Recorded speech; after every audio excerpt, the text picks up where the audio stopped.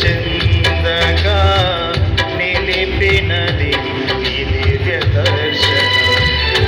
గమ్యము చేరే శక్తితో నన్ను నింపి నూతన కృపనిచ్చేను. ఆరాధ్యుడా, అభిషేక్తుడా,